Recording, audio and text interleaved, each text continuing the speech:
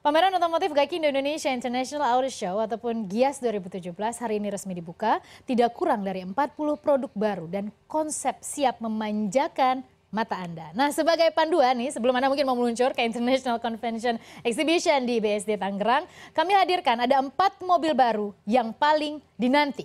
Kita lihat bersama seperti apa, kita lihat.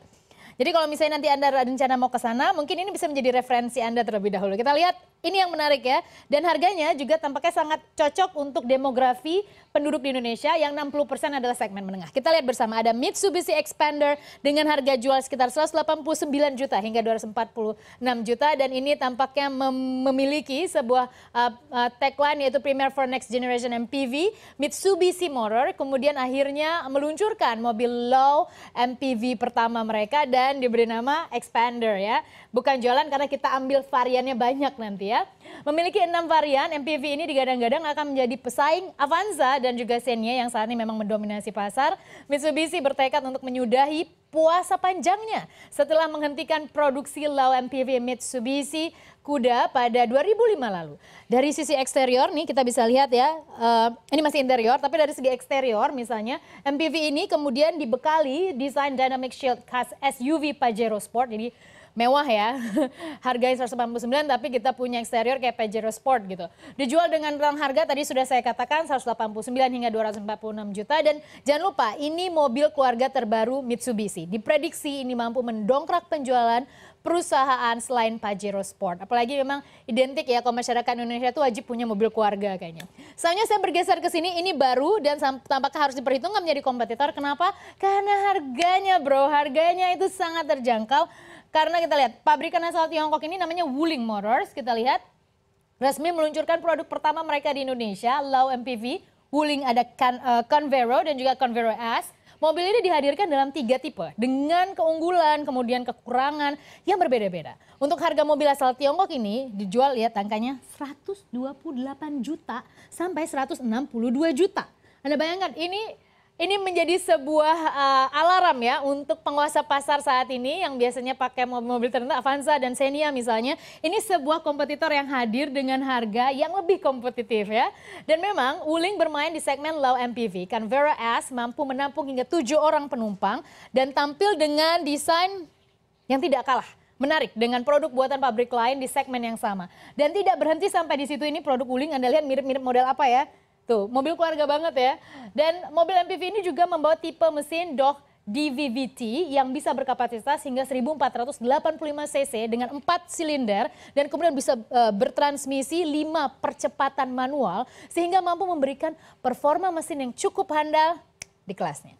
Dari Wuling kita lihat mereka bangun pabrik ya di sini ya, dan mereka dengan kapasitasnya juga lumayan besar. Kita bergeser dari Wuling. Masih belum familiar. Ini mungkin lebih familiar karena pernah berjaya pada masanya PT Suzuki Indomobil Sales ataupun SIS menghadirkan mobil Jeep Jimny ya. Kita lihat kalau mobil Jeep Jimny itu pernah berjaya tahun 90-an awal kayaknya ya. Ada sebuah film-film layar lebar. Catatan si Boy pakai Jimny nggak ya? Kayaknya ya. Dan perusahaan ini mengklaim mobil ini cukup laris di pasar tanah air. SIS masih mempertahankan strategi grassroots atau penjualan ke konsumen-konsumen yang potensial untuk membeli Jimny. Kita lihat warnanya menarik ya. Dan itu terlihat juga dari jumlah yang hanya mencapai sekitar 88 unit untuk pasar Indonesia. Suzuki telah memperkuat dapur pacu dengan mesin tipe 1,3 liter yang didukung dengan model Durv 4WD dan memastikan pengguna bisa merasakan tangguhnya tenaga yang dialirkan dari dalam mesin. New Jimny ini, lihat cepat ya, kencang kayaknya ya, mampu menghasilkan power sebesar 62 kW pada putaran mesin 6000 RPM yang bila dipadukan dengan sistem 4WD tadi memungkinkan untuk melintas handal di medan-medan terjal. Kayak gini, harganya juga 285 juta hingga 300 juta. Mungkin Anda yang tertarik bermemori atau ingin mencoba seperti apa Jimny ini mungkin bisa melayangkan lagi nostalgia Anda pada masanya ya. Lalu kita lihat terakhir ada Nissan Note e-Power namanya. Kejutan dari Nissan Indonesia. Ternyata mereka sedang mempersiapkan sebuah mobil yang berbeda dengan Nissan Note biasanya. Diberi nama Nissan Note e-Power ya. Jika biasanya Nissan Note menggunakan mesin bahan bakar bensin atau diesel, mobil Nissan Note e-Power kali ini yang bisa Anda lihat, mobil keluarga juga ya, dibekali mesin plug-in hybrid yang cara kerjanya mirip dengan Fisker Karma. Mobil ini memiliki sistem mesin listrik, pakai mesin listrik Anda lihat, dan mendapat tenaga dari baterai dan mesin bensin 1200 cc.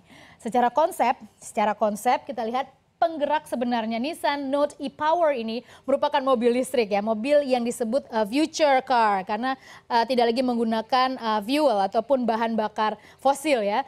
Dan mereka juga punya genset 1200 cc berbahan di dalam ini berbahan bakar bensin dan sangat berbeda dengan Nissan Leaf yang merupakan 100% mobil listrik. Jadi kayaknya dibuat transisi ya, bisa hybrid terus kemudian tapi masih menggunakan teknologi yang sama seperti bensin gitu ya.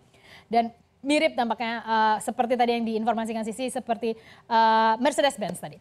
Nissan Note e-Power baru tersedia di pasar Jepang dengan harga mulai dari 215 juta hingga 272 juta rupiah. Dan harga ini lebih murah dibandingkan 40% lebih murah dibandingkan mobil listrik Nissan Leaf. Jadi Anda yang tertarik untuk mencoba besutan baru dari Nissan juga boleh mencobanya. Jadi ada 4 yang favorit. Nanti kalau Anda ke Gias jangan lupa untuk lihat 4 ini. Mitsubishi Xpander, Wuling Convero, kemudian Suzuki Jimny, dan Nissan Note e-Power. Dan ini tampaknya akan menjadi kompetitor. Pasar kita akan semakin ramai pilihan dan tentunya ini juga akan menjadi salah satu juga pasar menengah ya. Semoga dengan harga-harga terjangkau bisa membuat pasar menengah kita bisa memiliki pilihan. Dan Eva ada 4 tuh tadi yang baru. Ya. Kalau ke Gias nanti kita jangan lupa liatin sekali ya.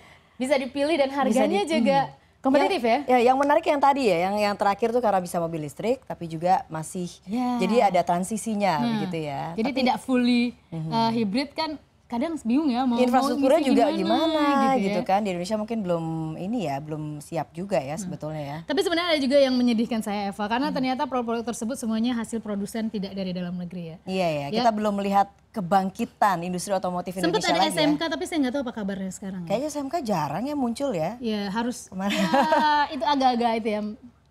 Harusnya menjadi sebuah perhatian khusus. Ya. Jadi kita jangan aja di pasar aja yang waktu gitu. Padahlan ya waktu itu. Ya sempat kan itu digadang-gadang gitu mobil listrik. Pasti bisa lah ya kalau serius ada programnya R&D dilaksanakan pasti bisa anak-anak Indonesia. Jangan lupa jangan infrastruktur aja ya. Iya produksi sendiri gitu ya.